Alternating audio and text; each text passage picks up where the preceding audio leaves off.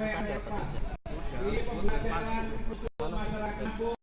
Setiap kali ada kata demokrasi, setiap ada kata demokrasi, setan-setan politik masuk, setan-setan politik masuk, kita tangkap, kita tungguin sampai tanggal 16.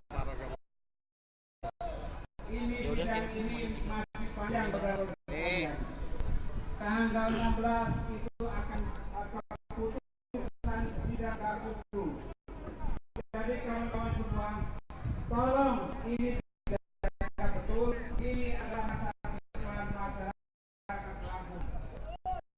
Kalau ini tidak ada pelajaran, besok akan terjadi hal yang sama.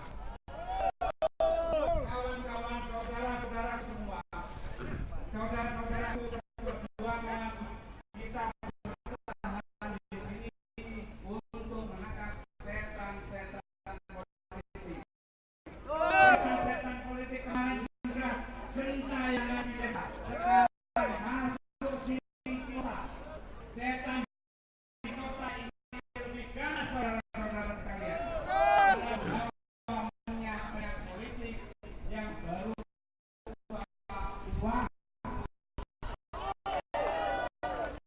Uang ini berkembang, saudara. Uang ini berkembang, saudara. Bapak boleh melihat